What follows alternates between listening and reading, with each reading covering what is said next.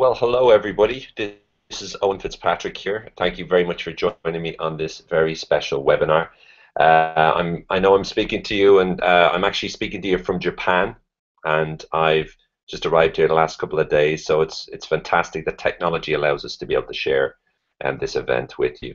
I know there's many people listening to me from the east of Europe, many of my Lithuanian friends and Latvian friends and Estonian friends and Russian friends.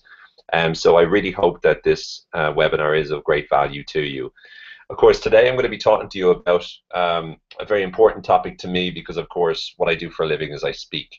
So becoming a compelling speaker is something that I want to share with you. Some of the secrets that I've learned over the years in terms of how you can be the most compelling speaker possible.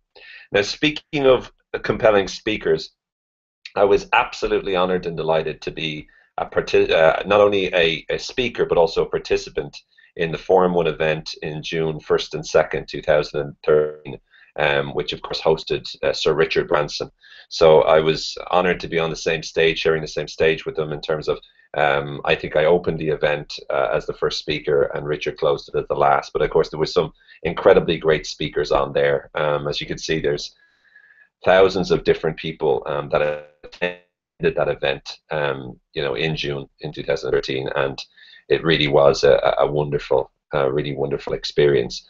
I think one of the things about speaking to a crowd that size is that you really are trying to reach out to so many different types of people. You're trying to reach so many different types of people with all their different interests and their different areas of business and their different desires, needs, wants, and values. So it gives you a real, I suppose, challenge in making sure that the speaking that you do is as effective as it could possibly be. So I really hope that this seminar, this webinar, in fact, that we're doing today is going to be something that allows you to be able to learn exactly what you need to and really improves your ability to be able to make a change and to be able to make a difference to the way in which you do things. I think just to start off, before I continue with the webinar and explain to you some of the most important things that I think are really useful for you to be able to learn, one of the things that I want you to know about is, I suppose, some of the different experiences I've had as a speaker and some of the different things that I've done as a speaker and I've been lucky enough to do.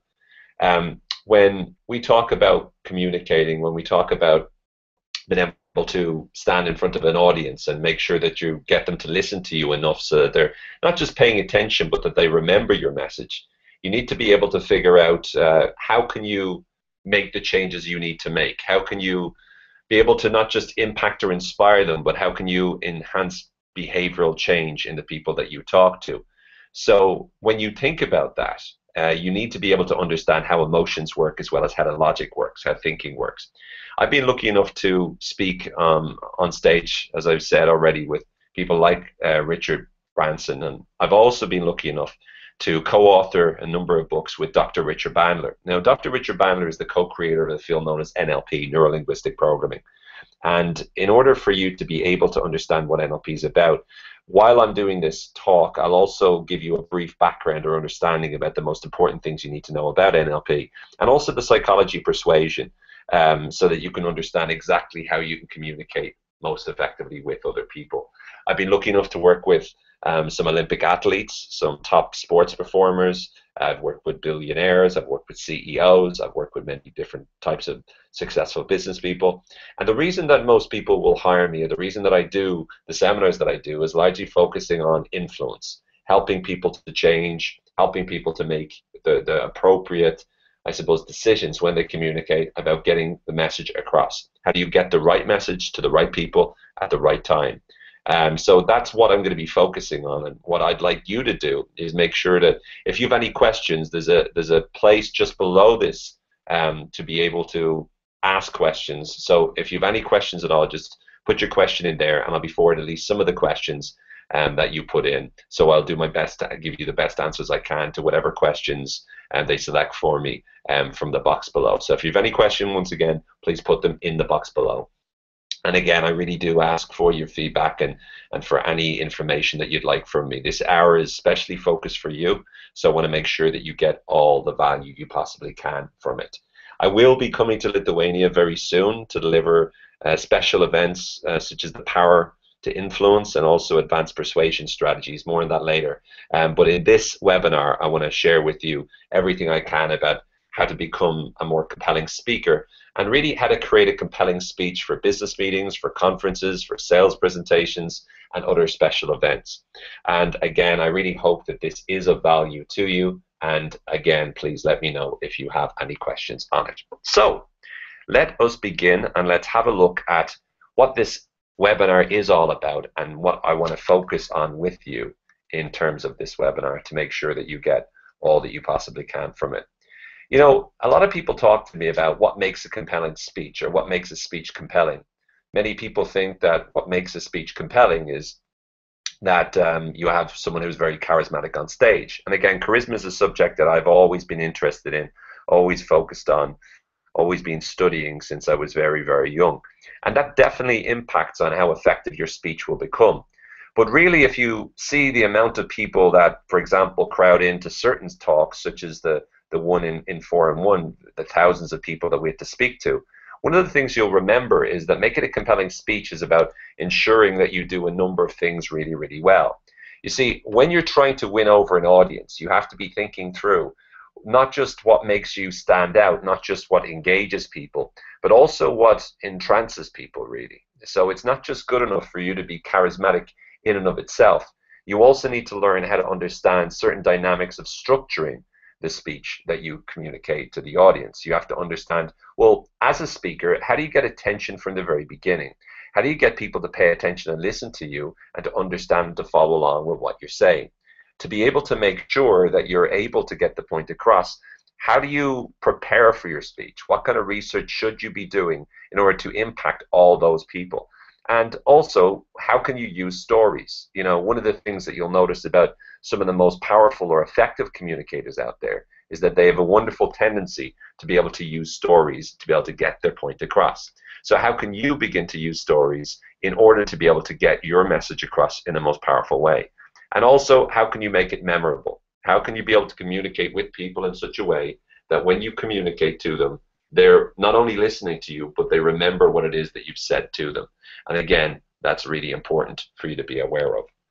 So in this particular speech, in this particular webinar, what I want to do is introduce you to some of these different topics. I want to help you to see when you communicate with an audience, what are the things you most need to do in order to outline the structure, I suppose, understanding how to sequence the steps of what you communicate with, but also how can you start to present it in the most effective way. Notice I didn't say necessarily this is all about creating you as a compelling speaker just.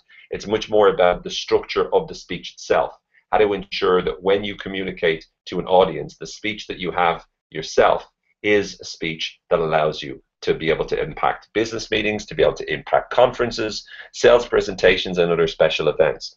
So again, to be able to do this effectively, what you need to understand is how you can begin to start to focus on stepping into that room and making sure that when you speak, everything is so well prepared and so well organized and so well structured that you get it across. A lot of times when you see the best speakers out there, it looks like they just have it naturally. They're just speaking off the top of their head. But when you actually see them and when you actually pay attention to them, and if you've been lucky enough like I have to be able to study what the best presenters do, from the best politicians to the best business people to the best leaders, what you'll notice that they do really, really well is they make it seem like it's easy, seem like it's natural, and seem like it's automatic, because of course they have this wonderful ability to be able to prepare, to understand, to do the research, and to design exactly what kind of speech they know will move people. So again, it's not just about making an impact when you're on stage. All the work that you'll do for a speech, or at least the vast majority, will be beforehand. So when we talk about beforehand, what are we talking about? Well, as I've said already, there's 5 topics that I want to cover with you today. The first is the structure of a speech. So what is the most important thing you need to know about structuring a speech? A lot of people give you basic advice about saying something and repeating the message, and that's well and good, but there's a number of things that I've found you need to do when you're truly trying to make an impact on people, truly trying to get the message across. As well as being able to structure a speech, you also need to know how to grab attention. How can you grab attention so that the audience listens to you, they pay attention to you, and they're emotionally impacted by you? How can you do your research? How can you understand what an audience needs and wants? What is it that you need to prepare before going in to deliver a speech? What's the power of stories? Why use stories? Why are they useful? How can you use them to be able to impact people in a powerful way? And lastly, how can you make your speech memorable? How can you be able to ensure that when people walk out of the room after your speech, they never forget your message? They always remember what it is that you've said to them. It's so important that you're focusing on making the ideas and the concepts, and most importantly, the message of whatever it is that you're communicating memorable so that people can remember it and so people can walk away with it. Now, the thing is that all of these different factors, these 5 topics, are 5 topics which really are about what you do before a speech. So creating a compelling speech means that you're creating it from before you actually do it. A lot of times people think that they can wing it and think that if they tell a story here or a story there, whatever comes to their mind, then that's going to be good enough. But the best speakers I've ever heard speak, all of them have the same thing in common. They know how to grab attention, they know how to structure the message, they know how to do their research, they're always aware of exactly what the audience wants and needs, and they understand as well the power of stories. And because they do, they know how to make it memorable. They know how to communicate the message so that people remember it. Now, what are the aspects of doing this? Well, again, in this webinar, I want to share with you everything I know on the topic. Now, there is a little bit of a delay, so just to let you know if I'm a little bit ahead or behind of the slides that you see, again, you'll notice that this is something that we're looking into and something that we're taking care of. So the introduction, in terms of the structure of a speech, the introduction of any speech is about really 3 things. Being able to articulate your message, and what I mean by that is the following. A lot of people have an idea and they think to themselves, right, what's the message that we want to communicate? What is it that we want to be able to give to an audience? And a lot of times when they do think about that, they come up with some convoluted message. The amount of time that I've sat in boardrooms watching people do presentations, and really board meeting is the adequate name for it because a lot of people in the meeting are bored. But whenever they communicate that message or present the message, one of the things that they do is they tend to start to talk in a lot of big terms. The most important thing you can do in terms of communicating a message is to be able to be very clear and very simple in the message that you communicate. So you have to understand what are the messages that you need to present and how do you need to present them. When you understand what message you need to present, you also need to understand the why. And the why is, why should they bother listening to you? Just because you've something to say doesn't mean that anyone should have to listen to you or anyone should have a reason to listen to you. You need to make sure that when you communicate, you are in the best position possible to be able to communicate so that people are listening to why you're giving them that message. What is the most important thing that they need to know about that message? When they understand the reason why, so will you. And so when you're focusing on giving them the reason why, or even asking them the reason why sometimes, you'll make sure that that speech is for you. Every time I go in to do a corporate training, one of the reasons why I tend to get quite very good results is because I'm always asking them beforehand the information that I need to know. And one of the most important questions I ask is, what is it that they're looking for and why do they need these skills? Why do you need to be able to create a compelling speech? Why do you need to be able to influence people powerfully? Why do you need to be able to make a difference when you're communicating with an audience? Why is what drives motivation? Why is such a powerful question? Because it forces people to dig deep and connect what's truly important for them. So whenever you're introducing a message from the very start, if you want to keep their attention, you need to start with asking the question, why? Why bother listening to what I'm about to say? When you do that and you're able to articulate the clear message, people will start to listen to you and they will pay attention to exactly what it is that you're saying. Now, the other thing I've said in introduction here is setup. And the reason I've said setup is because everything you say at the start will frame the rest of the training. Now, what framing is whenever you communicate about what you're going to do, you're actually framing what you're going to do. So for example, if I'm telling you what you're going to learn from this is X, Y, and Z, then immediately in your mind, you're expecting to learn X, Y, and Z. If I say some of the things I'm about to say will be challenging, you're going to expect that they're going to be challenging. So the way in which I talk about what I'm going to say will determine how you listen to what I'm going to say. So from the very beginning, it's crucial that not just are you articulating the message, not just are you giving them a great reason why to listen to the message, but you're also telling them about how they're going to experience the message and what that's going to mean. Because how you frame it or how you present it at the very beginning, what you tell this what you tell them that this message means for them, or what you tell them that this means in general, this speech means for them, will dominate and determine how they think about the experience. So it's vital that you understand how to best be able to present this from the very beginning. Now, once you've introduced the idea by articulating your message, by giving a reason why to be able to listen to you, and by framing or setting it up so that they know what to expect, and they're framed and thinking and primed in the right way of thinking, the next part is the body. And that's when, again, you repeat the message. Now, there's an old saying about presentations that, you introduce the message, then you say the message again, then you repeat it again. So you tell them what you're going to tell them, you tell them what it is, and then you tell them that you told them. And that's well enough good advice. However, there's a lot more to it than that. Because when you explain the message in the body, you want to explain it a little bit more deeply. You also want to be able to give evidence for that message. So whatever your point is, it's not just good enough to say it. It's not just good enough to give an idea that you have. You need to give evidence that backs up that particular message. That evidence doesn't have to come in the form of statistics, doesn't have to come in the form of experiments. It could also come in terms of the form of examples or of stories or of case studies. If you look at Harvard, and I've been lucky enough to train in terms of Harvard Business School and study strategic negotiation there. And one of the things that all the Harvard courses do is they teach through case studies. So they don't just say strategic negotiation is the most effective form of negotiation. They teach you that strategic negotiation is the most effective form of negotiation because of, and then they give you a case study of huge multi-billion-dollar firms arranging a negotiation through the principles that they suggest or they teach or they outline. So again, the evidence that you provide, which backs up your message and supports your message and helps people to get your message, is all about making sure that your message starts to become stronger, more appealing, and more persuasive.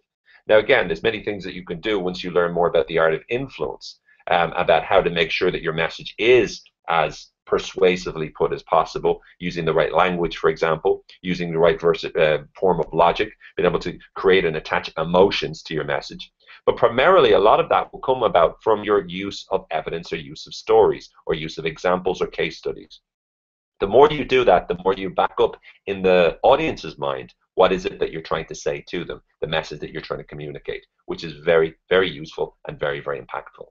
But also you have to look at the challenges, because it's not just good enough for you to be able to think to yourself, right, what is it that they need to know? Okay, they need to know this. Okay, here's the evidence for it. Because the truth is that no matter what you think, there's always going to be someone out in the world that disagrees with you. And you should be aware of the people that disagree with you. You should be aware of the counter messages to your argument. You should be aware of what people might say about your message. Because if you aren't sure about that, here's what's going to happen. You will provide the message, you will give the evidence, you will convince the people in your audience, and then 5, 10, 20 minutes later, or even 2 hours or 2 days after, they will meet someone else who has a counter message, something that disagrees with you, and they will provide their own form of evidence. And now the person who you've talked to in your audience is now confused because they've heard 2 opposing messages, evidence of both sides, and they're not sure which to believe.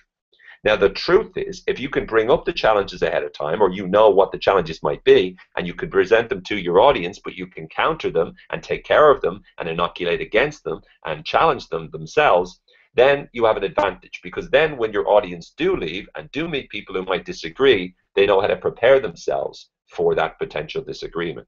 For example, if you meet people who say, one of the things I talk about quite a lot is charisma. So my argument is that we all develop charisma. And the truth is that although some people tend to be more charismatic than others, we're all born with a natural amount of charisma. And the truth is that most of us get in our own ways because we hold ourselves back through fear of failure, fear of embarrassment, fear of rejection. And because we hold ourselves back, we're not as charismatic as we truly can be. So we're not presenting the best version of ourselves. Now, what I know the evidence for that is the fact that when we're younger and when we're babies, we're naturally charismatic and we're able to bounce around and engage people very, very easily. And also there's people that might have started out communicating in public and they're able to improve how impactful they are and how charismatic they are. I know because I used to do that myself. When I first started off at public speaking, I was terrified of it, but now I'm a lot more relaxed, a lot more confident, and when I communicate, when I speak, I tend to get very good feedback. And so because of that, and by the way, I want to say thank you to all the people, those of you who were there in Lithuania, because I was delighted with the feedback that I got for the presentation in Forum 1. And again, thank you for that. It was very nice of you to say I'm delighted and that it made a difference to you.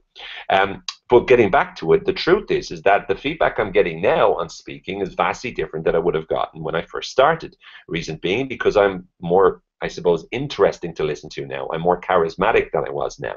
So if I can improve that, and if babies are naturally charismatic, then it must be something we all have to a certain degree. Now, I know there's certain people that will say, you can't learn charisma. Charisma is something you have or you don't. However, what I would say to that is, if you ever meet them, now you have the backup and not just the evidence that shows that my message of charisma being something you can develop, but you also can give examples to that person when you meet them or know the examples yourself, that truly whenever you're younger and whenever you're on form or whenever you're with your best friends or whenever you're presenting in a place that you feel totally comfortable, you tend to be more charismatic. Because of that, their particular message can't stay true and can't be held as a valid message or a valid idea. You see, the truth is that if you know what a person's challenges to your message are ahead of time, you can prevent them from actually challenging your message. Because if you deal with them and show why they're not accurate and poke holes in the evidence, then you'll point to presenting yourself in a much more effective way and being able to make sure that your message is taken in. So again, you present your message, you create and provide the evidence in terms of examples or stories or statistics sometimes or case studies, and again then you look at the challenges. So again, what are the potential challenges to your message and why are they incorrect? Why are they not accurate? Why are they wrong? And then lastly, conclusion. The structure of a speech, again, we'll look at summarizing the message. And again, summarizing the different points means going through the different parts of the message. So maybe in your body, you don't just have one message. Maybe your overall message that you mentioned in the introduction, maybe you have a number of parts to that message inside of the body. And you're repeating that message, evidence, challenges for each of the, say, 3 parts. So once you've done that, then you summarize the 3 parts and you create a connection between the 3. So for example, let's say my message was, once again on the charisma point, you can become or you can develop charisma. What I would argue then is maybe one message is you're born with charisma, and again I will give evidence for that. Then I would say you can improve your charisma, and I will give evidence for that. That'd be the message number 2. And the third one might be, what holds us back are the fears of failure, rejection, embarrassment, and again I'll give evidence of that. And so those might be my 3 messages, but all of them point to the one message, which is you can develop charisma. So the summary will be a summarizing of those 3 messages, connecting them together into the final message. And you can see the message is the next part of the conclusion, where you align your message once again, stating it in very certain and strong terms. And finally, a call to action. And the call to action is telling them what they need to do in order to develop charisma, telling them what they need to do in order for them to become as charismatic as they can possibly be. So again, by helping them to do that, you're helping them make a big difference and ensuring that they're able to walk away and get the benefits for the speech. So again, from my point of view, this introduction and the introduction that I did at the very beginning was telling you what the speech was about, was explaining why bother learning this and how much of a difference it can make, but also being able to frame what to expect and what you're going to get from this particular training. And again, this is the first part. The structure of the speech is the first part of the message, which again I've gone through what the message of each part is, giving you examples and evidence for each one. And also, again, I suppose, if we're looking at the challenges, again, I talked a little bit about the fact that some people say giving a speech is as simple as just telling them what you're going to tell them it, and then tell them that you told them. And again, I think there's a lot more that goes into it than that. But hopefully this should give you a good understanding of how to structure a speech. Again, the introduction, what's the message? Why should they listen? How can you set it up in the body? What are the different component messages? What's the evidence for each message? What are the challenges to each message and how can you override them? And then the conclusion, summarizing everything, making sure that you present the message again in a powerful way, and again, calling to action. What is it that they need to do in order for them to put this into practice? Next is grabbing or getting attention. The truth is that in order for you to get an audience's attention, especially big audiences, but in reality any kind of audience, you need to figure out different ways of getting attention. So in this particular aspect of the webinar, I want to talk to you about 5 different ways that are very, very useful for you to grab attention. First of all, we've got rhetoric. The art of rhetoric is the ability you have to be able to speak in such a way that you're able to impact the audience emotionally and to make yourself able to truly get across the message in a way that they walk away feeling different or feeling more inspired. One of the things that you'll know is that rhetoric is often associated with politicians. People tend to talk quite a lot about, the great orators or the great politicians that use a lot of rhetoric in their speeches. Rhetoric allows you to be more persuasive because of the way you present the message rather than the message itself. So regardless of what the message is, rhetoric allows you to be able to make it more persuasive. The truth is, though, rhetoric also helps you to grab attention because obviously part of being persuasive is getting the attention of the people you're trying to communicate with. So in order for you to be able to be more effective using rhetoric, you need to be able to understand what are the different things that the great orators tend to do. Well, one of the things that great orators tend to do is they tend to use a great turn of phrase. They tend to know how to use the right words in the right way to get the right impact. So one of the things is just in that last sentence what I did when I said the right words in the right way to get the right impact. Using the word right 3 times is the use of repetition. And repetition is one of the rhetorical devices often used by politicians and by great speakers. The reason they use repetition is because they simply know that the more they say something, the more likely you are to remember it. We'll get to that again when we talk about making something memorable.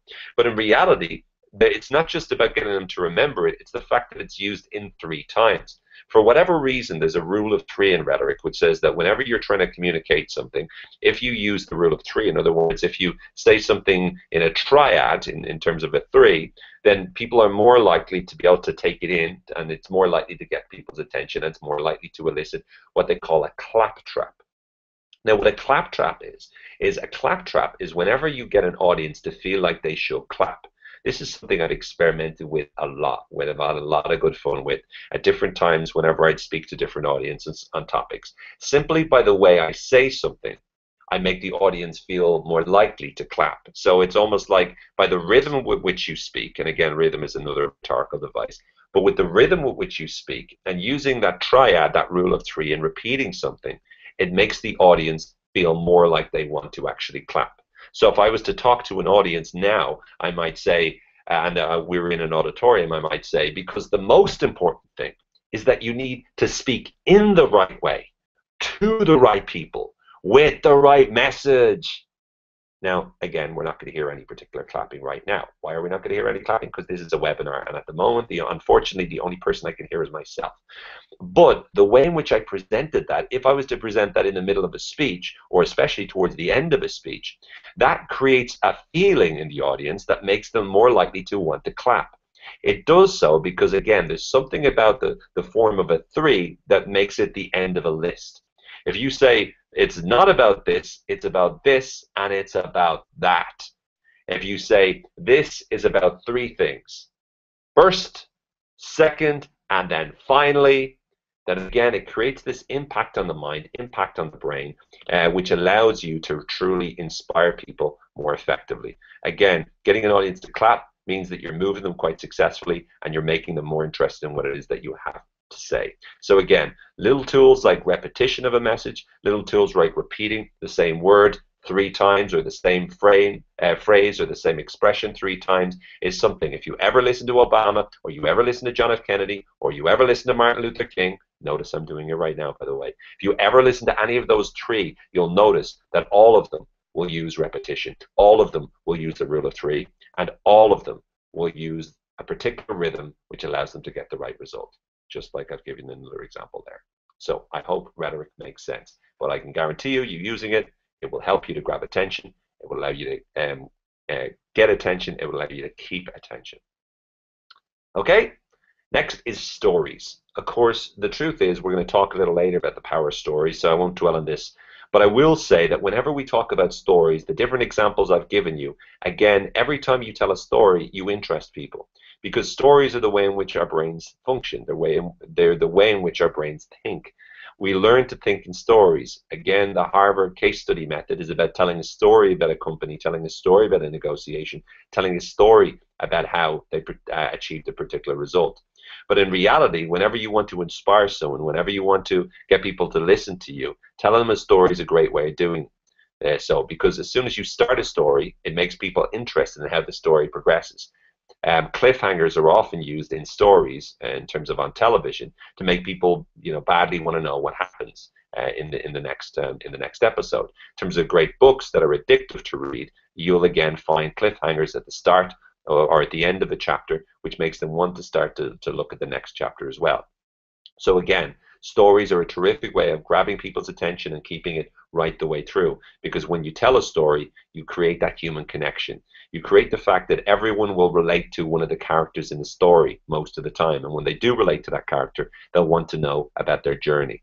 And again, there's so much more that I could talk to you about stories. I'll probably get into a little bit about it a little bit later on in this webinar. The next is questions. Put simply, when you ask a question to an audience, you'll get a response either on the outside or on the inside. If I say to you, what is it that you want to learn? Why is it that you want to learn to be a compelling speaker? Immediately, you'll all have your own reasons. But immediately, by me asking you the question, it gets you to do the work. It gets you to start to listen, pay attention, and by doing so, it makes you more likely to listen to what I have to say. If I say to you, how can you become a more compelling speaker? Again, you're going to fill in the answer to the question. So the more I ask questions, in particular, we could call them rhetorical question, again, being a rhetorical device as well, the more likely you are to be able to start to pay attention to what it is that I'm going to say. Questions always look for answers. And whenever we're given a question, we automatically will answer it. It's how we're trained as human beings. It's how our brains work. It's how our brains function. So if you want to get a person to listen to you, one of the things you can do is ask them the questions either they already know the answer to, or get them thinking about the answer to a question that they don't know. One of the other things you can do is ask them questions that all elicit the response yes. So are you here to be able to learn how to become a more compelling speaker?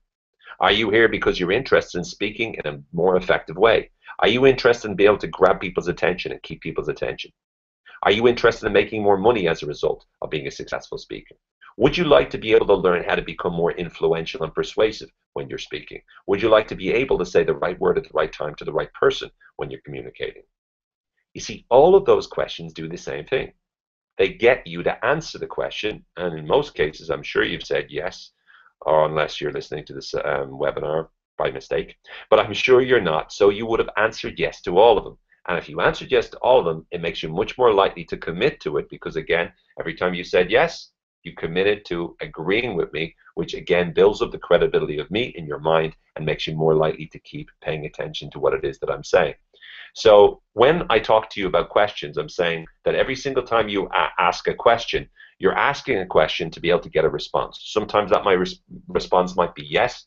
Sometimes you might be looking for information from them, which in turn will engage them. So if you actually do ask them a question and get their feedback, again, that's going to engage them. That's going to grab their attention. Sometimes you use a rhetorical question, which will again give it a lead to an answer that you already know, which is obvious, but still gets them to garner interest. And sometimes you'll literally be getting them to imagine things. Can you imagine how great it will be when you're speaking to audiences full of people and you're engaging them and you're making them truly interested in what it is that you're saying? By asking questions like that, you're able to make sure that you're getting the point across. I hope that makes sense. Does that make sense to you? Are you still with me? Are you still listening? Are you still interested? I hope so, and I hope this is making sense. What I like to do is give you the examples as I'm teaching them, just so that you can understand it in multiple ways. Next is challenges. Now this is an interesting one because not everyone uses it, but when you do use it properly, it can be extraordinarily useful. You see, challenging people or challenging an audience is something that is very useful because everyone is up for a challenge. So when you tell them about something or when you suggest to them this is what you can do or this is how you can improve, etc., etc., then immediately they might think to themselves, yes, maybe I can, etc., etc.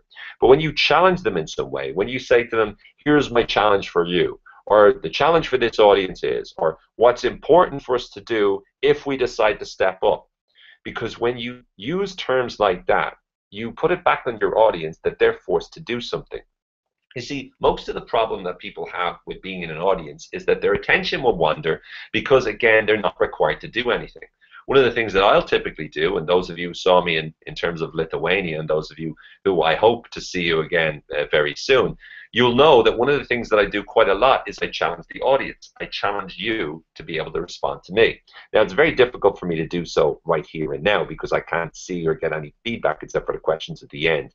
But typically speaking, what I will tend to do is I will tend to make sure that I challenge you, and it could be getting you to stand up, getting you to say things, but I'm getting you active in the process. Because even as a speaker, I don't just want you to sit there and just passively absorb what I'm saying. I want to challenge you to think. I want to challenge you to communicate. I want to challenge you to respond to me in some way. I want to make sure that I'm continuously testing you and getting you to do things, challenging you to be able to become more effective, challenging you to be able to listen and take part of the responsibility for listening to me. Because again, I can communicate the greatest message in the world, but if you're not paying attention to me, then again, you're not going to necessarily understand it. So again, sometimes simply challenging people to pay attention and telling them, again, what you expect of them and asking them to do certain things is a really great way of grabbing attention. And then we've got nonverbal communication. Nonverbal communication is a very, very useful way of being able to grab attention. Because the truth is, one of the things I've noticed about the most boring speakers out there is they tend to stand in the same spot behind the podium. They tend to hide and they tend to speak in a monotone tone of voice. Now, nonverbal communication means that you're able to communicate in such a way that you're bouncing around on stage if that's your personality, or you're moving subtly on stage, but you're making sure that you're moving and you're connecting with whatever the subject matter is. The best speakers I've ever seen have a wonderful ability, even if they're standing in the one spot, they have a wonderful ability to be animated in their face, to be able to communicate their message through their tone of voice, to deliver emphasis in their tone of voice, to be able to be congruent with the feeling of what they're communicating, the feeling of the speech, rather than just the words that they're communicating with. It's really important for you to make sure that your nonverbal communication exemplifies the kind of feeling that you want people to feel. So if you're presenting, for example, a presentation on, motivating people to exercise, you want to make sure that you're full of energy in that presentation. The worst thing in the world you can do is to say, okay, ladies and gentlemen, I want to help you to become more effective at motivating people to get fit. When people come in, you need to make sure that you really rev them up and get them excited about the process of becoming fit and training themselves. Because when you do, their lives will transform. If you do that, you are going to put the people that come into your gym asleep.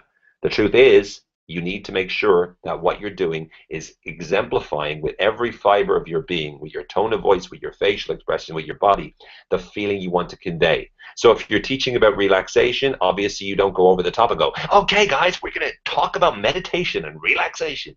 Because again, that's not the feeling. You need to make sure that you're fully, through your nonverbal communication, communicating the adequate message, as well as the message that you're articulating with words. Does that make sense? I'm hoping it does. So, the 5 ways to grab attention once again: rhetoric, repeating things, using the rule of 3, making sure you use the right rhythm, using stories, again, I'll go more into it, but making sure you use a story and an example that connects with people, because people will see themselves in the stories. Questions, ask questions. I hope you can remember of what I've been talking to you about questions. Can you imagine how useful it will be when you're using questions, because they get the answer from people? You can either get a yes, or get them to imagine things, or get them to even answer something that they already know the answer to.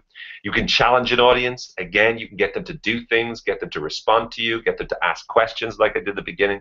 And also nonverbal communication, making sure that whatever your message is, your body language and your tone of voice and your facial expression are all congruent with the message. Hope that makes sense. Next is doing your research. Now you see, as again, there's a fish. We're all in the same bowl, talking to the other fish. One of them looking like a pretty scary fish, to be honest with you. The one on the right, down the bottom right, he's actually quite scary. But anyway, you'll always get maybe 1 or 2 people in the audience that are like that. I'm sure nobody listening on this webinar and watching on this webinar is like that, but you never know. Anyway, what do you need to do in order to do your research? What should you be doing before any speech? Well, obviously everyone will be doing their research in their topic. I've not included this because that's a given. People, whenever they're speaking about a particular subject, should know about that subject, should prepare about that subject, should understand about that subject. But doing your research isn't just about the topic that you're presenting on. It's also about studying your audience. You have to understand, what are your audience beliefs? What are your audience's values? What are their emotions? And what are their backgrounds? So let's have a look at each one of these in turn. First of all, the beliefs of an audience. What I mean by that is that before you speak to an audience, they're going to have certain expectations or beliefs. So, for example, before I spoke to you, or before I started to speak to you, I know that you have certain beliefs about public speaking. You have certain beliefs about speeches. So you might think to yourself that speaking is difficult, or you might think to yourself that speaking is easy. You might think to yourself that speaking is something you can improve on, or speaking is not something you can improve on. You have it, you don't. You might believe to yourself that becoming a more compelling speaker is possible in terms of business, but it's not possible in other aspects of life. The reality is that I have to know that there's certain beliefs that you might have about creating compelling speech, and there's certain beliefs that you might have about what you most need to learn about. So before I presented to you, one of the things I knew that most people would want to know how to structure a speech. So your belief might be that the structure is the hard part. I know that some people might believe that the thing they need to most learn about is grabbing attention. So the way in which I've formulated or created this particular thing has understood certain beliefs you might have. So the beliefs that an audience have might be beliefs they have that you might need to overcome, limiting beliefs about their ability to become a more compelling speaker, such as, certain speakers can grab attention and others can't. By challenging that idea, by challenging that particular limiting belief with, again, a few set rules of what you can do in order to get attention, I'm taking into consideration the limiting belief, but I'm helping you to see that you might not be correct with your belief. So every single time you have a presentation, people will come with various types of beliefs. The more aware you are of the different types of beliefs of the people that are sitting in front of you, the more easy it will be for you to be able to help them overcome those beliefs and to be able to figure out exactly what they need to know. As well as understanding beliefs, it's also important to understand values. Now, the difference between a belief and a value is, to me, a value is what you believe is important. So values are types of beliefs about what's most important. So a belief might be, I believe that speakers can't improve. Whereas a value would be, I believe the ability to improve is important or not. So a value is whatever you believe is important and whatever you believe is most important in that order. So with the values you might have is you might value, for example, speaking as a more important skill set than communicating one-on-one. Or you might value structuring a speech more than you value doing your research. Or you might value being in the right frame of mind more highly than you might value telling a story. But however you might value it, I need to understand what are your values, because I need to connect with them in order for me to be more persuasive. If you're trying to present to an audience and you're trying to influence them, say for example you're trying to present to on a business meeting to maybe your boss or the board of management that you report to. One of the things you need to understand is, well, what are their values or what are their drivers? What's most important for them? Because if you can tie your message or your argument to their values, to what's most important for them, then you're more likely to get that message across. You're more likely for them to listen to you, for them to pay attention to you. Again, it's about connecting from you to them, from what your message is to their values. And also it's about overcoming what beliefs they might have or working with the beliefs that they do have that again serve your message. So again, understanding their beliefs and values is highly useful. Another thing that's useful is understanding their emotions. Whenever people sit in front of you, it's more than likely that they're going to have certain feelings, about the presentation, about why they're there, etc., etc. It's one of the reasons, going back to the structure, when we talk about the why, that you should be early on establishing why bother listening to you, because you want to create a feeling of motivation, which you'll help to do so by using the word why. You see, the emotions of the audience are critical to them not only taking in the emotion or getting the attention of them, but the emotions of the audience are also critical to them believing you. Because if they're in a skeptical mood or a cynical mood, they're less likely to believe you. And those beliefs that we talked about are more likely to get in the way. But if you can create the state of openness or curiosity with the people you communicate with, and again, there's many different ways to do that. One of the most effective ways is through the use of stories, which we'll talk about. But if you can create the right kind of feelings in the audience from the very beginning, then they're much more likely to pay attention to you, to listen to you, and to move along with you, which again is a very, very useful way of being able to get people on board. So again, you should be aware of the emotions that they come to the table with so that you can help them overcome that and to be able to make the changes they need to. Then we've got the background of the people that are in your audience. Where do they come from? How is it that they've arrived in terms of the room that you're presenting to them in?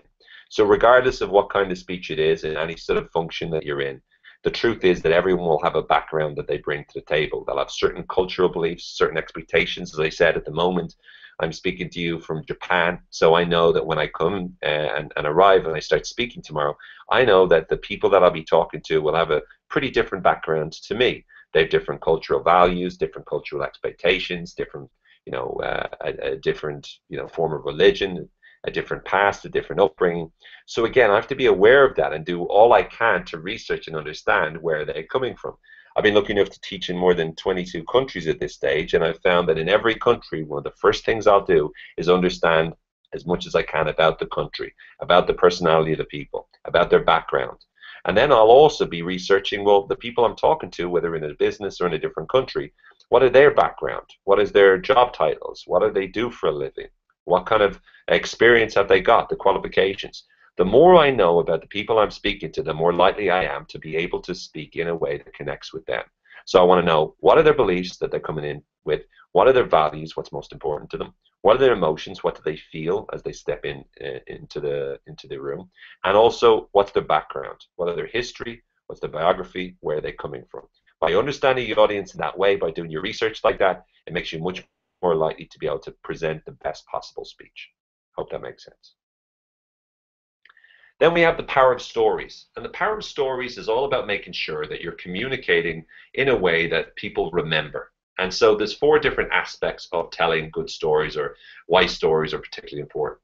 First of all, stories provide you with a wonderful way of explaining an idea. Most of the way through this particular webinar, you've heard me use different examples and stories to be able to outline my points. The reason I've done so is because in order for me to explain a point, it's not just good enough for me to say, this is what it is. I also need to make sure I give you an explanation as to how that works. So again, stories provide you with being able to tell people about an incident or a situation or a potential incident in the future to make sure that people see how it works. Again, taking the case study method by saying Company A and Company B were going into negotiation, and they were negotiating over a merge that was happening between the 2 companies. And Company A decided that they wanted to be able to grow in terms of profits, but at the same time reduce the cost on staff. And Company B also wanted to grow in profits, but they were happy with the staff that they had. So what they did was, now I could go into the story about teaching you the concept of how to merge effectively, or how to make sure that you create an effective collaborative relationship with another company. But again, instead of me telling you all the different principles of how this works, I instead tell you the story of how 2 companies did it. And by giving you that explanation, it makes it much more likely that you're to be able to remember it and to understand it effectively. If I'm teaching you how to improve your relationships, for example, and I talk to you about, these principles of success in terms of marriage, and one of the principles is that you must make sure you say, 5 positive things for every negative thing. If, for example, I just tell you that principle, which again comes from a guy called John Gottman, by the way, which is he's done fascinating research in relationships. But if I tell you that, you might remember it, you might not. But if I tell you about a story of, a couple that I know that went through a divorce, and both of them had a terrible time, and the relationship started off really well but got really, really bad as time went on, because every single time one of them would say anything, the other person would immediately criticize them a number of times, and rarely would say anything positive. But again, then I told you another story about a couple that got on really, really well, and one of the things I noticed in going to dinner with them was that every few minutes, the husband and the wife would say something really positive to the person, and I asked them about it, and they said, well, they'd read research which said that 5 positive things for every negative thing is one of the secrets to a really long and successful and good marriage. And again, if I told you that story, you'd be more likely to remember it and more likely to tell other people about it as time goes on. So it's great for explanation. Second of all, by doing so in that way, and you're creating a certain emotion. Stories create emotions. That's why all Hollywood movies are emotions. That's why people connect with Hollywood movies so powerfully, or any type of movie, in fact. Any type of book, in fact, are designed to be able to create, again, feelings. The more you create emotions for the audience, the more they will listen to you, the more they will remember you, the more you will impact them. And that emotion doesn't always have to be happy, by the way. I mean, this is sad, but it's true. If you can create a a negative emotion, but that inspires people. So an emotion where you tell a very sad story and then you tell a very happy story, you create a very powerful impact that people will remember. If you have any question on that, just watch some of the TED Talks. They're 18 minutes, and you'll find the vast majority of them will tell you stories. They will tell stories to you, and you will notice yourself being impacted emotionally by them. Again, stories are one of the biggest routes to your emotions. And remember, when you understand what emotions an audience walks in with, you then understand what emotions you want to create in them. And you can know that some of the stories you tell, provided you use the right body language and nonverbal communication to tell it, by the way, some of the stories that you tell can create very powerful emotions in them. So you should be asking the question, what feelings does this story create in the audience I communicate with? The more you focus on the emotions, the more likely your story will make an impact. Next, we have connective, making sure that your stories connect with people. The truth is that the more you've done your research on an audience, the more easy it'll be for you to understand what characters you can make more similar to them. So how can you create the characters in your story? How can you create a link between the characters in your story to the audience themselves? So for example, if you're talking to some accountants and you're telling a story, and it doesn't really matter what the story, what the main character did for a living, why not talk about the main character as an accountant? Because automatically, if you talk about him like an accountant, then the person that you're speaking to, if they're an accountant, they will connect with that. If you're talking to more a grand audience, again, think about what the audience have in common. If you've done your research, you'll understand that. So if you're speaking to an Eastern European audience, again, you can talk about an Eastern European person or an Eastern European experience or something that you experienced when you were in Eastern Europe. Now, the truth is that you need to be understanding that in order for you to be able to create that connection with them. And again, understanding that this is the key to be able to make sure a story really gets through, is connecting the story to the person, to what's relevant and useful for the person to understand. And then social proof. What I mean by that is, once a person hears about other people doing something, it makes them believe, more likely to believe at least, that that something is worthwhile. So again, the use of psychological factor in terms of persuasion is that whenever you see a best-selling book, you assume it's good because lots of other people have bought it. So when you give examples of people or examples of customers that have bought your product or examples of people that have experienced or have enjoyed, something that you've done or feel good about what you've done, when you tell stories about that, it makes it more likely for the audience to believe in what it is that you're saying. So when you're trying to present a message to people, if you can give social proof, so in the stories, which is the evidence that you're given to one of your messages, if you can talk about a person that experienced the message and got great results from the message, then they're more likely to be able to believe it. So again, if I'm talking to you about charisma being something you can develop, I can talk about the fact someone came to one of my charisma courses, and by doing so, they were able to find themselves actually becoming more charismatic, and they found themselves being able to improve the way they presented. And I could tell us a number of stories actually about different emails I got from people who thanked me because it allowed them to be able to communicate a message to an audience and to be able to get better results as a teacher or a trainer or a salesperson or a business leader, et cetera, et cetera, et cetera. So by giving you the story, it adds social proof, which makes the message more persuasive.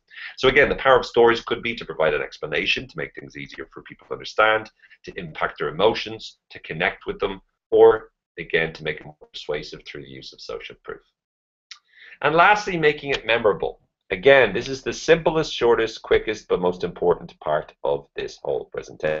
Because the truth is that when you speak, you want to make sure that their audience face lights up like that yellow figure that you see on the slide. Now, again, that's not always possible. I know, because I've spoken in Lithuania before, and I've also spoken in Ireland before, and I know getting a smile that big is practically impossible. You can often get that smile that big in certain parts of America, though. But the truth is that just because people aren't smiling in our countries on the outside doesn't mean they don't feel that way on the inside after one of our speeches. So how do we do that? How do we get a great impact on them so people walk away from your speech and they remember it and they're happy as a result? First thing you do is you make it clear. You need to be sure that you're really clear about your message. I know this seems simple, but the truth of the matter is you would not believe the amount of times I've sat down and listened to a speech, and by the end of it, I didn't have a clue what the person was trying to say.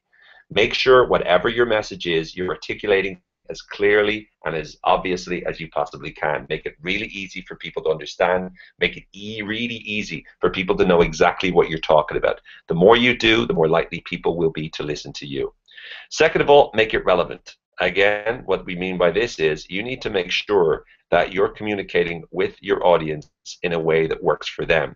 So again, how can you tie in what your message is to their experience, to what you've done your research from, even to the questions you get asked? How can you connect to all the research you've done about their beliefs, their values, to their emotions, especially to their backgrounds? How can you make it so they're listening because it's useful for them? It will help them. It will work for them. Making the message clear, making it relevant are absolutely critical. As I've already talked about, make it emotional. It's not just good telling them the logic of it. How will this impact their lives? How great will it be when you're speaking to an audience, when you know that you're comfortable, that you haven't just done your research, or you don't just know how to what message you're going to present, but you know how to present it, that you're comfortable, your speech is far more persuasive and far more influential. How will it be to be able to stand up in front of an audience and know that you've got it covered? By again making it emotional, by making sure that you tell the stories, or you create the right kinds of feelings, or you ask the questions, or use the rhetorical techniques that get people to start to be impacted emotionally, by making sure you communicate the message congruently with your nonverbal behavior, you're more likely to make it people remember it. In the brain, we tend to remember things that are more emotional, because again, emotions create a peak in terms of neurological activity, which again makes those particular neurological connections be something that continue to grab our attention. So the more emotional you make it, the more likely we are to process it into memory. And lastly, repeat it, repeat it, repeat it, repeat it, repeat it. This is not just a rhetorical device. This is a device that if you want to be an effective speaker, you need to make sure that you use this particular device. You need to make sure that you're repeating the message time and time again, because the more you do, the more likely you are to be able to get people to remember it. Again, the reason for the whole structure at the very beginning is to make sure that people will remember what it is that you have to say. So you make it clear, make it really clear of exactly what you're saying. What is your message? Make it relevant. How does it relate to them? How will it improve their life? Make it emotional. How can you create the right kind of feeling in the people you communicate? And repeat it, repeat it, repeat it. How can you make sure they get the message enough times so that they keep understanding that making a compelling speech is about ensuring that you create the right kinds of feelings, and you do so with the audience in mind in order to make sure that you get the message across. Again, clear, emotional, and repetition. Repeat it. So that's it for now, except for some questions. Again, just to let you know, I will be coming to Lithuania. For more influence on that, you can visit www.influence.lt/seminars. And again, you can also get my free videos about influence at www.influence.lt.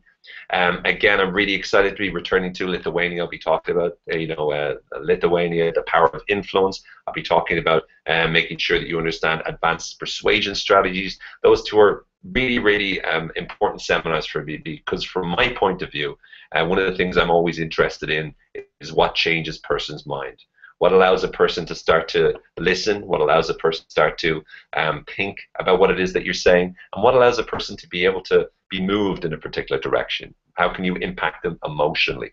Again, we're going to be talking about ideas from psychology, from neuro-linguistic programming, and from behavioral economics, about how you can help people to make decisions that work for you, how you can sway them, how you can nudge them, how you can influence them indirectly, and how you can do so across cultures in the most powerful way. So I'm really, really excited to be sharing all of that. But anyway, I really hope, and by the way, there's some other information about me, www.owenfitzpatrick.com. You can see there some information about my Charisma Training Academy as well. But for now, I want to just summarize what I was talking about with you today before I take some questions. First of all, we talked at the start about structuring a speech, and that was about making sure that whenever you're communicating, again, you're making sure that you're following along the introduction, the body, and the conclusion. The introduction, we talked about making sure you present your message, making sure that you give them a reason as to why they should be listening to your message, and making sure that you set it up and frame how you're going to be communicating with them so they know what to expect. Then in the body, we talk about the different messages. And again, the evidence that supports the message, and again, the challenges that might contradict the message. So again, those are the difference you need to know about the message.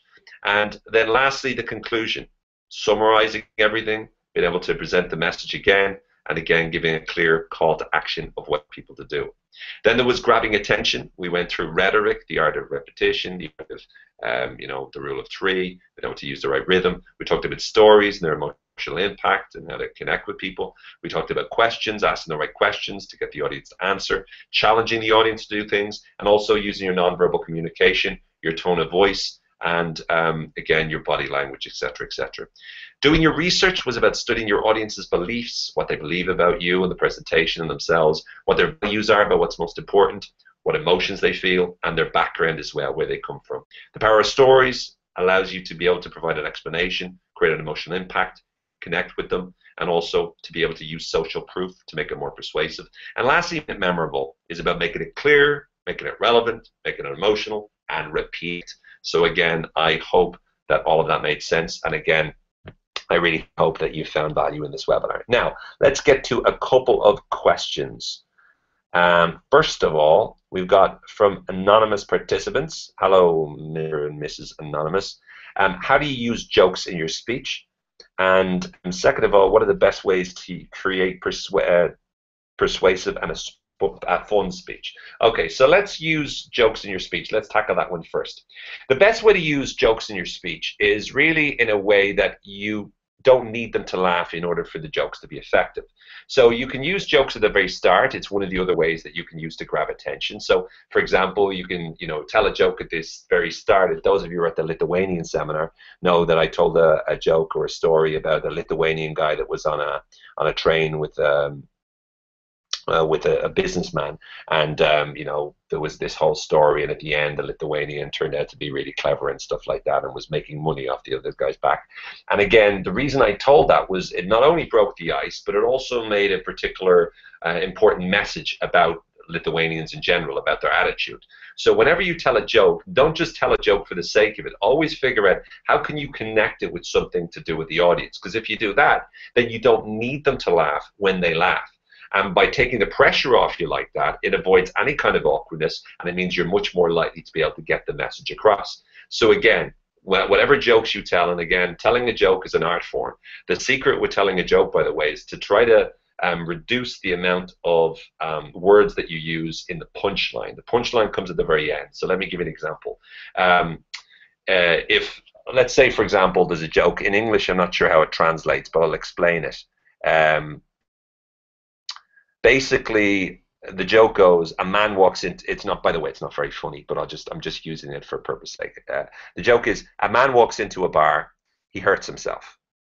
Now, that particular joke is about the word bar, and it can be a pub, as in a place you go to drink, or it can be a metal bar, a metal object that a person can walk into.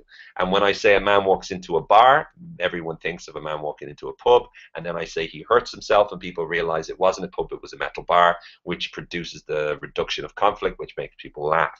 Now, the truth of the matter is that that particular joke I could make funnier by reducing the amount of words in the punchline, or I could make less funny by making it longer in the punchline. Let me give you an example. So the actual joke is: a man walks into a bar, he hurts himself. So I can make that less funny by saying: a man walks into a bar. But it wasn't an actual pub, it was an actual metal bar, and therefore he hurts himself.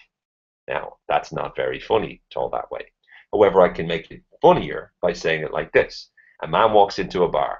Ouch! See, by reducing the last part, the punchline, to just one word, it makes it far funnier as a result, and makes it more likely that people will actually listen. I hope that makes sense. So the key with using jokes in your speech is always make sure they have some, that's how you tell a joke, but always make sure they have some relevance, or they make a particular point as well as the joke, and that'll make it more likely that people will actually listen to the joke. And if they do laugh, well and good, but even if they don't, you're still in the winning position. Second of all, what are the best ways to create persuasive and fun speeches? The best way to create persuasive and fun speeches is to think about, again, what you enjoy, what's fun for you. Make sure you're in a playful state of mind when you go there. Maybe, before your speech, a joke around with a few friends, get into that right frame of mind, that right speech. And to create a persuasive and fun speech, again, to create a persuasive speech, a lot of the stuff I already talked about, such as making things memorable, such as doing your research on the audience, such as being able to use stories, such as being able to structure the speech and use evidence and counter the oppositional arguments and stuff like that, the challenges to your speech. That's all about persuasive speeches. To make a speech also fun, using humor and being able to get people to see the lighter things and telling funny stories or funny incidents that happen to you is a really, really useful way of being able to do that. So again, watch some of the great speakers you've seen. Listen to the jokes that they tell. Listen to the way that they use humor. It's obviously easier to do humor when you're standing on stage than it is in a webinar, so I mightn't have used a massive amount tonight, but hopefully you still had a bit of fun listening to me and got some value from this. The truth is that humor is all about the frame of mind that you're in, and it's all about being able to tell funny incidents that get people to laugh and see the lighter side of things. Every situation can be seen in a funny way if you present it that way. So the key is to be able to get people to start to think that way. So again, creating a persuasive and fun speech is about thinking, well, what are the things that make me laugh? And again, what are the things that I can say, or stories that I can tell, or incidents that I can let people in on that again remind them of I suppose funny experiences from their own life. So I hope that is a useful answer for you. Next, I want to say hello to Gemma, because she thinks I'm not live and she thinks I'm reading text. First of all, I am not reading text. Everything I'm saying to you, the only thing I'm looking at is the same slides as you, Gemma. So there is my challenge to you. Are you live is the question. Are you listening to me right now, or are you listening to me in the future? We don't know that. Anyway, here is your question, Gemma. First of all, is there any possibility to get the text of this presentation? Well, unfortunately, there is not, unless you listen to it and transcribe it. But you see, there is no text to this presentation because I'm not reading out anything. Look, Scooby-Doo, Baloo, no. See, I'm just talking random here, random words which make absolutely no sense because this is completely live. And again, so I'm not reading out anything. If I was reading out something, I would have a different tone of voice. For example, get my 5 free videos about influence here. Then I'm reading out because that's the screen that I'm reading off. But I don't know that. Oh, I beg your pardon. I was reading out your question because I got your question on another device, and that's what I was reading. Anyway, unfortunately, there isn't, Gemma, but you can listen to it again. And I know I speak quickly, but that means I've packed it full of information. So it's kind of one of those balanced things, you know. And by the way, live I do tend to speak slower because the translators will force me to. Otherwise, I will be killed. Not really, but you know what I'm talking about. Anyway, Anonymous, by the way, thank you very much for that, Gemma, and I hope that you do know that I am doing this seminar live. Anonymous, Owen, how to deal with stress which shows up right before making a speech. That's a very, very good one, and I have a very simple trick that I've used for the last few years now. It works really, really well, and that is always ask yourself the question, why am I giving this presentation? What is my focus of this presentation? What do I want to be able to do for other people? So again, when your focus is on yourself, that's when you start to feel nervous, and that's when you start to feel stressed. When you're focused on what you want to do for the audience, when you're focused on how do you want them to feel, what impact do you want them, what impact do you want to make upon them, how do you want to get them to be able to make changes and to be able to improve the way in which they think. When your focus is on them, you're much more likely to be able to create that powerful impact. And so it's really, really vital that you're asking the question, what is it that I can do for the audience? Or what is it that I can inform the audience of? How can I make a difference to the audience? Rather than allowing yourself to be thinking about what do they think about me. All stress before a speech comes back from that point. The second thing to remember is that even if you get a blank in it, you still can keep talking. So even if you don't know, for example, at the start of this presentation, I was still trying to get used to the particular system. So again, I was talking about the delay and how things weren't working, or I was a bit ahead of it or below. And again, I kept communicating, I kept talking. Because one of the things you need to know is even if things don't go perfectly right, as they didn't in this presentation, you can still handle it, you can still get on with it. And even if you're standing in front of an audience, the truth is that if you get a blank, you can always say, hang on, I lost myself for a second, just give me a second to get it back. And when you say that, it reduces the tension in the room. The time that it doesn't reduce the tension is if you don't say that. If you get a blank, you don't know what you're talking about, and you go, oh, and you freeze, and you're like stuck, and then you're thinking, oh, I don't know what to say. And then immediately the audience goes, he doesn't know what to say. And then everyone goes, he doesn't know what to say. And then it's an absolute it's a nightmare. So again, remember, number one, it's about them, not about you. Focus on them, focus on what you're doing for them, and you will feel more relaxed. And second of all, if you get a blank, if the worst thing happens, you can survive. Everything will be okay. Figure out what you're going to do if that happens, and make sure that you have that plan B ready for you. Hope that is useful. Next question is how to deal with difficult listeners when they disturb or comment on your speech. Again, I've been fortunate enough that in a webinar you can't really get that, although the internet itself was disturbing me at the very beginning. But again, in that particular case, to deal with difficult listeners when they disturb or comment on your speech, one of the ways to be able to handle that is to be able to acknowledge what either, there's really one of two main strategies. Either you can be firm with them and sort of say, listen, at the moment, I take on board what you say. At the same time, what you need to remember is this and this and this. And again, you need to be strong with that. Another way to do it is to be able to listen to their comment, to answer their comment, and to then connect it once again back with what your message is.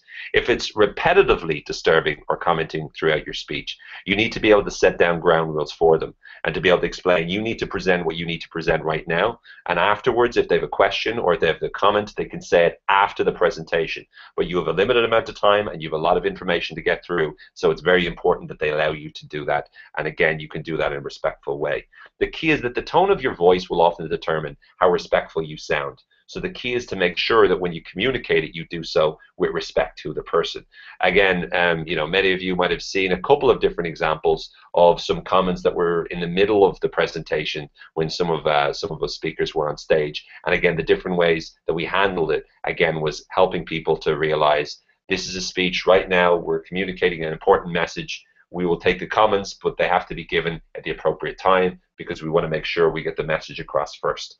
If this was a debate, then we would call it a debate. We would not call it a speech or presentation. And if you can say that nicely in a non-sarcastic way, then often you will get people to listen. Last one from Draki21. Owen, how can we learn to report quite well the presentation via webinar that you don't see the person in front of you like you did today? Well, that is something that I'm not going to claim that I'm a master of, because I'm sure that certain people of you might be throwing your laptop on the ground in agonizing torture of listening to me, but hopefully not. Hopefully you got a lot of value and you found it very, very useful. What I'm trying to do is I'm picturing an audience. It's what I always do. I'm imagining the audience out there. I'm imagining the people I'm talking to, and I'm trying to communicate the message to an audience. It really is similar to the question about the nerves, is that my focus is on you and what I can give you and what value I can give you. So whether it's a live seminar or whether it's a webinar, I always focused on what I'm trying to do for you. And I'm not saying I always do it perfectly, but I always will give every single bit of my effort to do so. So again, the importance is to be able to think through what is it that you're trying to do for the audience. And again, I would encourage you not to read. Again, I'm not reading right now. I haven't read the whole way through, bar reading the questions and bar reading, from the slides in terms of the extra slides that you see there. But I would encourage not to read it, because if you read it, it sounds like you're reading it. It sounds blah blah blah blah blah blah blah blah blah blah blah blah blah blah blah blah blah blah. It's like in one solid, continuous mono rhythm, the same rhythm over and over again. So again, I would say focus on the audience that you're communicating with. How do you improve your voice to create an effective presentation?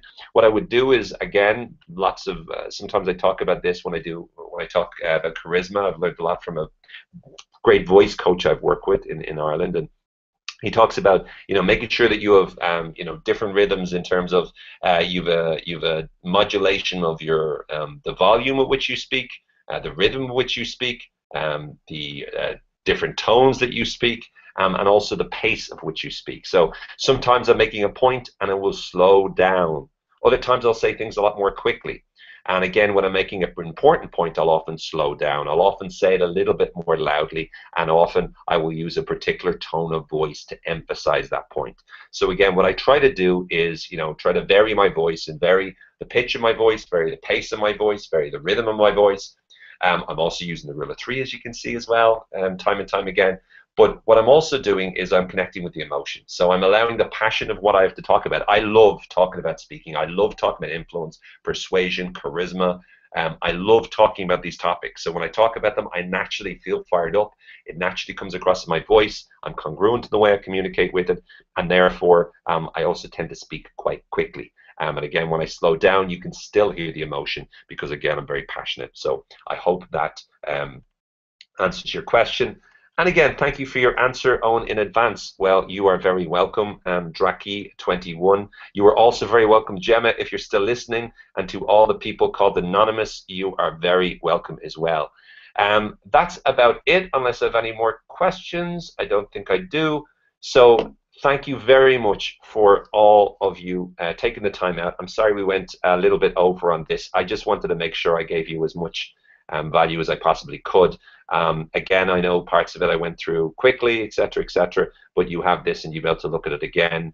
And I apologize, Gemma, that I don't have a written transcript, but since I just did it off the top of my head, then you know, there's nothing transcribed here. Besides, I'm sure there's lots of mistakes in it, and not in terms of the content, but in terms of my own speaking. So again, I hope that you got a lot of value from it. I hope to see many of you at the upcoming events. Again, it's influence.lt/seminars. Events coming up very, very soon. I really hope that you can make it. And again, I'll be talking about some really great things to do with influence, persuasion at those events. For now, please make sure you go out there and put into practice the advice that I gave you on this. Make sure that you take the time to structure your speech accordingly. Make sure you're grabbing attention effectively. Make sure that you're able to use the power of stories when you need to, and make sure that you're able to do so in a way that reflects that you've done your research, that you've studied the audiences. And again, make sure that you make it memorable. You know, the most important thing I'll say to leave with is in order to make sure that you present the messages that you want to in the speeches, is that you need to remember, as well as teaching them why, you need to remember why you're doing it, why you standing there and presenting. Because the more you answer that question for yourself, the more you will fuse it up with emotion, the more you will be inspiring, and the more you will be memorable. Because the truth is that when your heart is in it and when your passion is in it, that makes sure that your message is in it. Thank you very much to the guys in Forum 1 for organizing this. Thank you very much for all of you for tuning in. I hope to see you again soon. For now, I'm Owen Fitzpatrick. Thank you very much for listening and for watching, and I hope to meet you in the future. Bye-bye.